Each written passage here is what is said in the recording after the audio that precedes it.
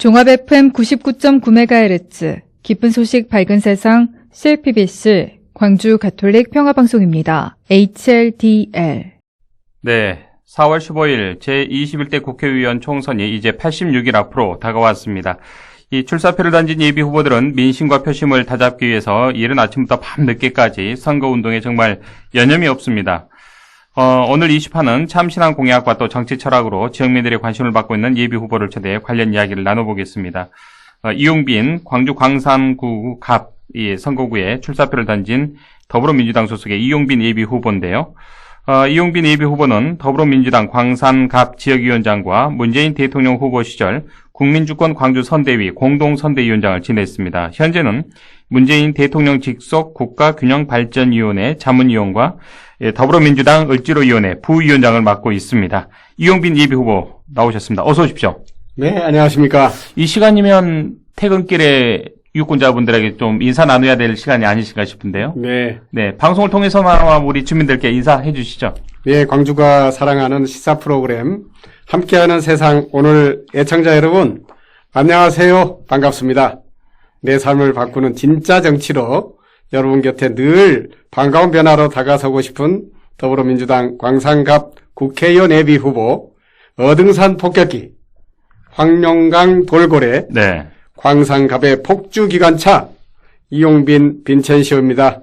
벌써 설 연휴가 다가왔는데요. 2020년 경자년 새해에도 애청자 여러분 가정의 행복과 평화가 가득하시길 바랍니다. 네. 예비 후보님께서는 4년 전이었죠. 광주 민심의 회초리로 더불어민주당이 또 가장 어려울 때 당을 떠나지 않고 지키셨습니다. 당시 당을 떠나지 않고 머물러 있었던 이유가 궁금합니다. 남들 다 떠나던데. 네. 예. 갑자기 단도직입적인 말씀을 해주시니까 좀 민망하고 쑥스럽습니다만은 4년 전 당시를 돌아보면 민심의 회초리가 참 두 가지 의미가 있었습니다. 네. 하나는 초심으로 돌아가라고 하는 스승님이 때리는 회초리였고요. 또 하나는 정말 새롭게 거듭나라는 애정어린 어머니의 회초리였습니다. 그렇게 해서 광주가 문재인 촛불 정부를 탄생시켰고 민선 7기의 지방정부를 네. 민주당으로 세워주셨습니다. 이 때문에 저는 항상 더불어민주당의 중앙정치를 하는 초심은 이 4년 전에 맞았던 준엄했던 이 민심의 회초리가 아닌가 생각하고요. 네. 제가 더불어민주당을 지킨 것은 지극히 당연한 이야기인데요. 두 가지 이유였습니다. 하나는 제가 2016년에 총선에 인재 영입이 됐던 이유 중에 하나였던 민생을 정말 제대로 살피는 민주당을 만들어 달라는 요청이었습니다. 네. 어려울 때 우리 곁을 지키는 의리 있는 정치. 민주당은 가장 힘들고 아프고 소외된 이들의 곁에서 지켜줘야 되는 민생의 의리가 있습니다. 네. 이 의리를 지키기 위해서였고요. 또 하나는 제가 학창 시절에 전남대학교 총학생회 부총학생회장을 하면서 네. 이 정치 군인들의 군합발 그리고 시대의 부당함에 맞설 때도 시민과 함께 끝까지 저항했지 않습니까? 이런 광주 시민들은 늘 질곡의 역사 속에서도 가장 밑바닥에서 의리를 지킨 사람들입니다. 저는 그 의리의 힘으로 이제 새로운 정치가 생명과 평화에 대한 의리를 지켜야 된다는 생각이 들었고요. 네. 그래서 민주당이 그런 역할을 해야 된다고 믿었고 그래서 민주당을 지켰습니다. 그렇군요. 자, 현재 각종 여론조사에서 문재인 대통령의 지지율을 보면, 그래도 현재 꽤 높게 나오고 있습니다. 그런데 반면에, 더불어민주당 지지율도, 그래도 각 정당 가운데서는 가장 높게 나오고 있고요. 반면에 민주당 간판으로 나온 우리 예비 후보님들의 지지율은 썩 예상만큼 높게 지금 나오고 있지 않은 그런 지역도 있던데, 물론 이제 지난 총선과 비교해서 오르고는 있습니다만 우리 지역 유권자들이 민주당 소속 예비 후보들에 대해서 좀 그리 썩 후한 점수를 주지 않고 있는 이유 어디 있다고 보십니까? 네, 선거라는 것은 어떤 높은 사람을 뽑는 게 아니고 예. 중요한 일을 맡길 사람을 뽑는 것이지 않습니까? 그래서 당연히 자격과 자질을 검증할 시간이 필요합니다. 네. 우리 시민들께서 아마 그런 시간을 갖고 있을 거라고 생각하고요. 우리 시민께서는 아마도 누가 광주 시민의 눈높이와 기대에 걸맞는 후보인지 광주의 자존심을 세워줄 자격이 있는 후보인지 고심 중이신 것 같습니다. 네. 그런 면에서 보면은 설이 지나고 한 2월 중순 정도가 되면 마음을 굳히시지 않을까 생각이 되고요. 부동층이 이제 그렇죠. 마음의 향방을 정할 것이다. 맞습니다. 예. 또 한편으로는 선거법이 좀 변화되지 않았습니까? 만 18세 유권자. 네네. 그렇죠. 예, 새로운 유권자들이 가세됐고요. 또 선거법의 변화를 통해서 소수 정당의 네. 원내 진출이 일정 정도 가능성이 높아지면서 유권자들의 선택의 폭이 그만큼 넓어졌다는 걸 의미하기 때문에 네. 이 새로운 변화에 대한 관심이 더욱 좀 치열해지면서 부동층의 선택의 폭이 넓어진 때문이 아닌가 생각됩니다. 네. 이거 뭐 더불어민주당이나 이 특정 후보에 대한 유불리 그러니까 반감의 작용이 아니라 아직은 마음이 결정하지 못한 부동층의 향방에 따라서 추후에 좀 움직일 것이다. 그렇죠. 이렇게 지금 예측을 하고 계시는데 자 그렇다면 광주에서 중앙 정치를 시작하는 이 더불어민주당의 모습은 어떤 모습을 우리가 좀 그려볼 수 있을까요? 네, 지난 총선은 사실 민주당의 기치는 민생 정당이라고 하는 혁신이었습니다. 네. 그게 정말 반가운 모습 아니겠습니까? 그래서 민주당을 지켰었고요. 이제 정말 시민들에게 반가운 모습은 이 민주당 그리고 이 정치가 내 삶을 바꿀 변화를 가져올 수 있는지 또 아이들을 위한 미래를 정말 준비하고 있는지 문재인 정부를 성공시킬 수 있을 것인지 또 정권을 재창출할 준비가 되어 있는지 하는 이 네 가지 질문에 명쾌하게 답변하는 것이야말로 네. 가장 반가운 모습일 겁니다. 예. 자, 그리고 제가 앞서서 우리 예비 후보님의 이력을 좀 몇 가지 소개를 해드렸습니다만, 더불어민주당 을지로위원회 부위원장직이 좀 눈에 띄더라고요, 저는 개인적으로. 이 을지로위원회에서는 우리 예비 후보님께서는 어떤 역할을 하고 계시는지 궁금합니다. 네, 을지로위원회가 불공정한 갑을 관계가 팽배해 있는 우리 사회에서 네. 이런 문제들을 해결하기 위해서 민주당이 2013년에 발족한 당내 상설기구입니다. 말하자면 주로 현장의 어려움들을 느끼고 있는 목소리를 듣고 정치적으로 조정하고 중재하는 역할이죠. 최근 문재인 정부에서는 을지로위원회를 대통령 직속기구로 격상시켰습니다. 네. 그만큼 더 민생에 가깝게 다가가겠다는 의미인데요. 얼마 전에 그 위험의 외주화를 막고자 했던 김용균법과 관련해서 예. 이 고 김용균 군 어머님을 라디오 방송 자담회에서 함께 만난 적이 있습니다. 아, 그러셨군요. 네. 어머님의 말씀이 참 눈물 짓게 하는데요. 김용균 법은 제정이 됐다 해도 현장의 현실은 따라가지 못하고 있는 현실. 네. 이게 이제 정치의 역할 아니겠습니까? 정치권이 본질적으로 정치가 책임져야 될 문제를 자신의 책임으로 명확히 인지하고 특히 노동자들의 처우 개선이나 생명권, 안정권의 확보를 위한 기업 문화 개편부터 시작해서 노동자들의 목소리를 반영하는 형태의 사회 구조적 개선이 책임 있게 이루어져야 되겠다. 그런 생각이 많이 들었는데요. 네. 우리 사회의 안전이라고 하는 화두를 던져준 이 사건에 대해서 이제는 우리 민주당이 이 안전의 문제, 안전의 권리를 평등의 가치로 격상시켜야 되겠다는 말씀드리고요. 을지로위원회 부위원장으로서 그런 역할을 하겠다는 말씀드립니다. 네. 자, 을지로위원회에서 이제 활동을 하시면서 정작 우리 국민들이, 지금 가려고 하는 곳이 어딘지, 정말 필요한 것이 어딘지, 정말 개인적으로는 많이 좀 느낀 그런 소중한 역할을 네네. 하는 그런 자리였겠다는 또 생각도 듭니다, 한편으로는. 이게 큰 기업체인 K사의 경우에 네. 공장 이전을 결정하면서 계약 만료가 된 비정규직 청소노동자들을 대량으로 해고시킨 사례가 있었습니다. 네. 이때 제가 을지로위원회 부위원장으로서 현장에 달려가서 현장의 목소리를 듣고 그분들의 파업에 정치적 도움의 손길이 필요하다고 느꼈습니다. 네. 그래서 우리 중앙당 을지로위원회에 이 문제를 즉시 안건으로 상정하겠다고 천명을 했었고요. 예.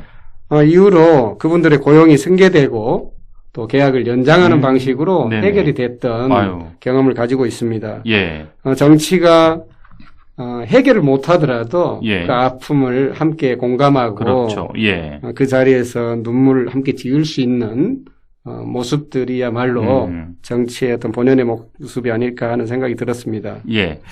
자, 예비 후보님께서는 이런 말씀을 하셨던데 저는 가장 좀 기억이 남습니다. 가장 큰 본인의 경쟁자가 다른 후보들이 아니다, 쟁쟁한 후보들이 아니다, 바로 내 자신이다 이런 말씀을 하셨던데 사실상 뭐 더불어민주당 당내 경선에 이제 만약에 결승으로 또 이어진다면 본인은 더욱더 여의도에 한 발 더 앞서가는 그런 입지를 보이지 않을까도 싶은데요. 가정입니다만 상당히 이제 선거법이 강하게 지금 모니터하고 계셔서 경선 준비를 좀 어떻게 하고 계신지 궁금합니다.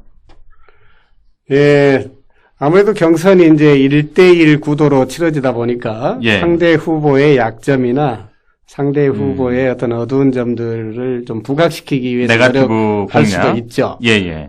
그럼에도 불구하고 이제 제 생각은 그렇습니다. 저의 강점을 부각시킴으로써 제가 2016년에 총선에 출마했을 때의 제 모습과 이제 그때 약속했던 것들을 실천하는 것을 넘어서서 새로운 어떤 시대 정신과 요구를 뛰어넘는 그런 모습들을 보여줌으로써 네. 지역민들이 저를 선택하실 수 있도록 하는 것. 다시 말해서 저 자신과의 경쟁이 네. 가장 중요한 문제다 이렇게 생각해서요. 그렇군요. 네, 지역민들과 좀 더 가깝게 음. 현장에서 만나기 위해서 노력하고 있습니다. 네. 자, 그렇다면요. 추가적인 질문 한 가지 더 드리죠. 우리 예비 후보님께서는 당내 경선과 관련해서 좀 어떤 기준, 원칙이 필요하다고 보시는지요? 이게 이게 경선에서 설령 지더라도 패배를 하더라도 이 상대가 좀 수용을 할 수 있는 그런 원칙과 기준이 좀 있어야 될 텐데 어떻게 생각을 하십니까? 당내 경선과 관련한 기준과 원칙은 굉장히 중요하고요. 우리 유권자, 특히 당원과 시민들께서 당을 보고 선택할 수도 있지만은 그 기준과 원칙이 불합리하면 예. 당의 선택을 믿고 따를 수가 없지 않습니까? 뭐 그렇겠죠. 우리 당이 예. 그래서 기준과 원칙이 대단히 중요한데 네네. 어찌 보면은 그래서 복당을 시키는 데 있어서도 기준과 원칙이 대단히 중요하다는 말씀을 늘 해왔습니다.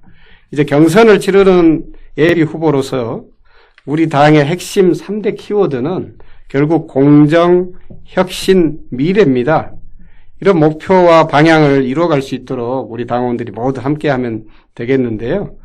그게 더해서 우리는 광주 시민이기 때문에 광주에서의 민주당 경선은 다른 지역과 다른 예. 부가적인 기준과 원칙이 있습니다. 첫째로 5.18 40주년을 맞이하는데요.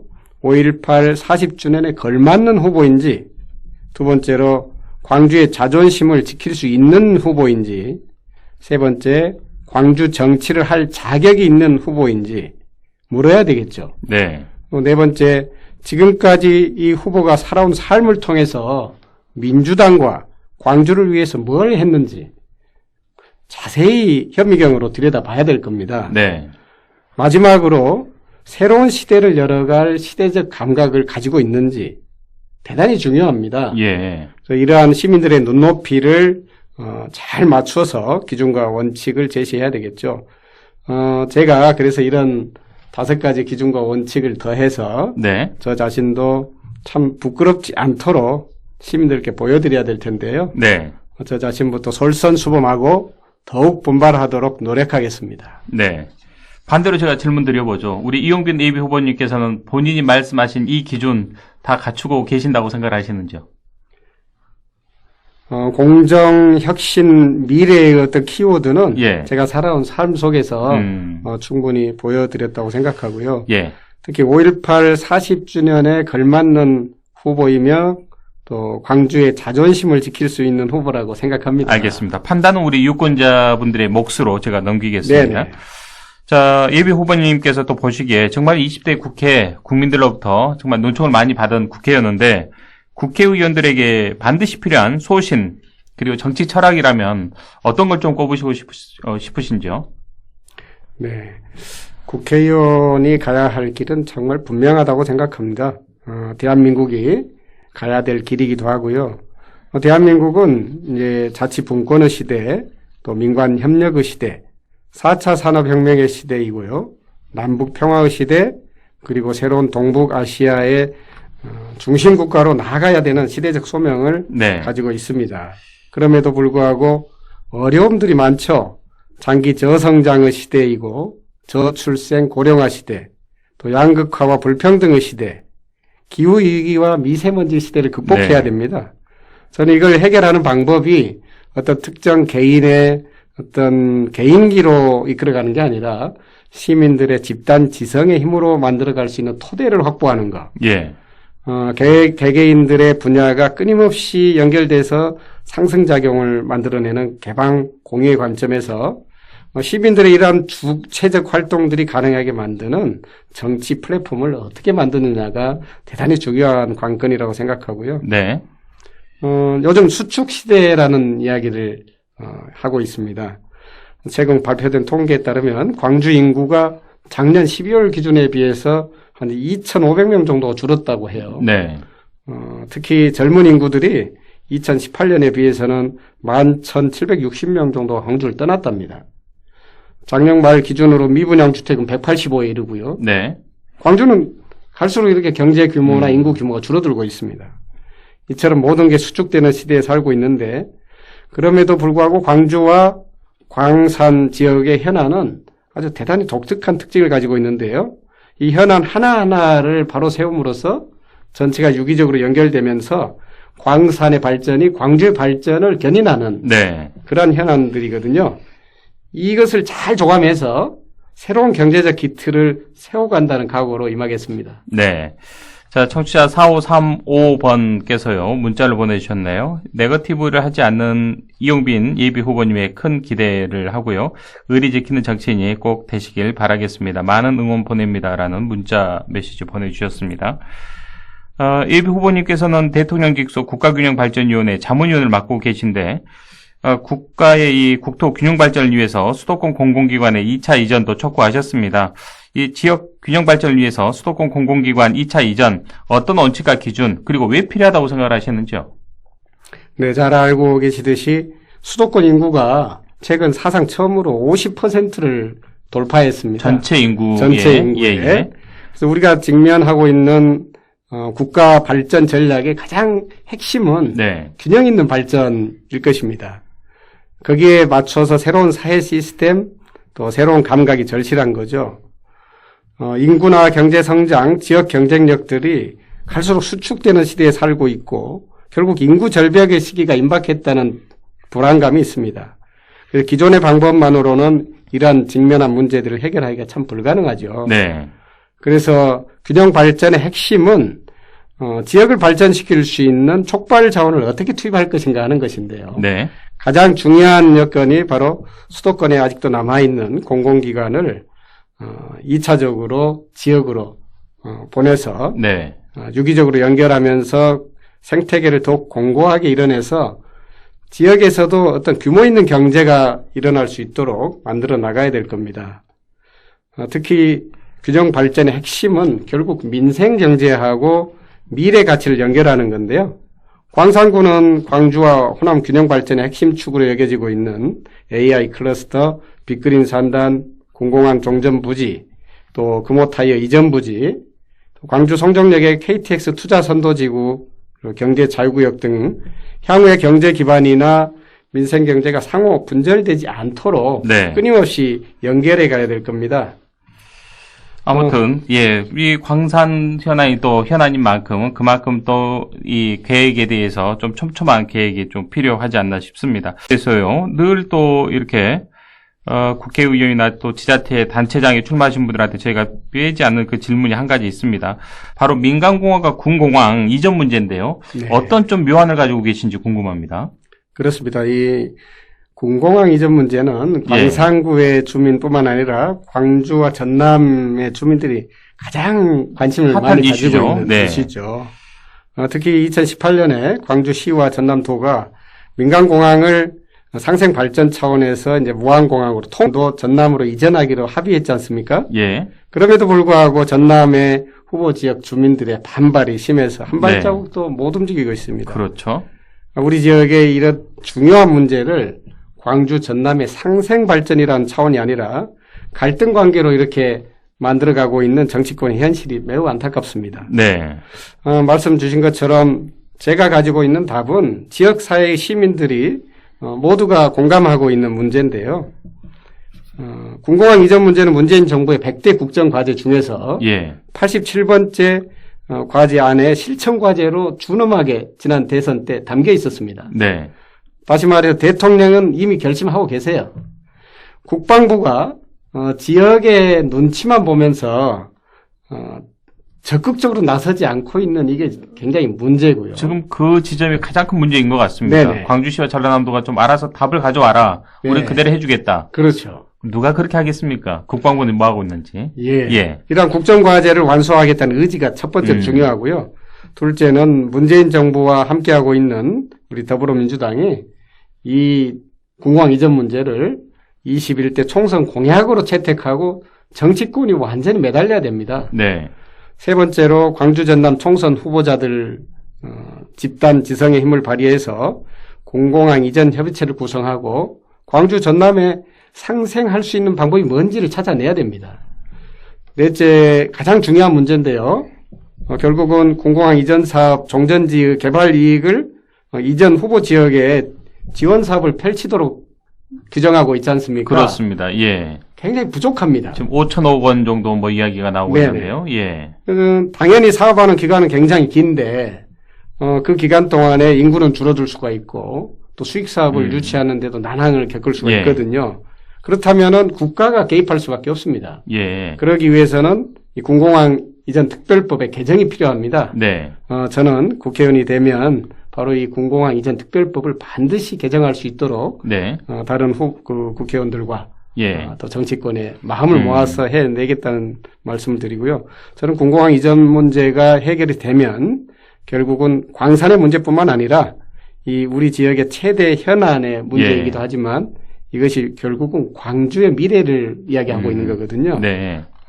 광산이 광주 미래의 중심이 되는 황룡강 르네상스 시대를 열 수 있다. 이렇게 네. 생각합니다. 그의 한 방편으로 공공항 이전 문제는 전라남도에 충분한 협의를 거쳐서 좀 국회의원에 만약에 당선이 된다면 적극 앞장서겠다. 이런 네네. 취지로 받아들이겠습니다. 자, 이제 서서히 인터뷰 마무리를 좀 해야 될 텐데요. 우리 광산갑 유권자들뿐만 아니라 우리 방송 듣고 계신 광주 시민들에게 하고 싶은 말씀 있으면 짧게 한 말씀 해주시겠습니까? 네. 저는 우리 마을의 동네 주치의로서 여러분 편에서 늘 가장 낮은 장세로 봉사하고 헌신해 왔습니다. 20여 년간 광주의 희노애락과 생로병사를 함께 해온 여러분 곁에 이용빈이 이제 다시 광산갑 국회의원에 도전합니다. 4년 전 여러분께서 저희들에게 내려주셨던 민심의 따가운 해초리가 저의 초심입니다. 그동안 보내주셨던 격려와 성원이 저의 힘입니다. 아무쪼록 이번 선거를 통해서 시민 여러분들께서 보시기에 더욱 반가운 모습으로 재도전해서 이제는 칭찬받는 진짜 민주당 정치, 광주에 자격이 있는 이용빈의 진짜 정치를 선보여 드리겠습니다. 가까운 이들이 소외되는 일이 없도록 더욱 따뜻하게 살펴가는 설 연휴가 되시기를 기원드립니다. 네. 자, 지금까지 광주시 광산구 갑 선거구에 출사표를 던진 더불어민주당 이용빈 예비후보와 이야기를 나눴습니다. 4.15 총선 정말 정정당당한 승부, 자신과의 싸움 멋지게 한판 펼쳐주시길 바라고요. 저희도 함께 지켜보도록 하겠습니다. 오늘 출연 고맙습니다. 네, 초대해 주셔서 감사합니다.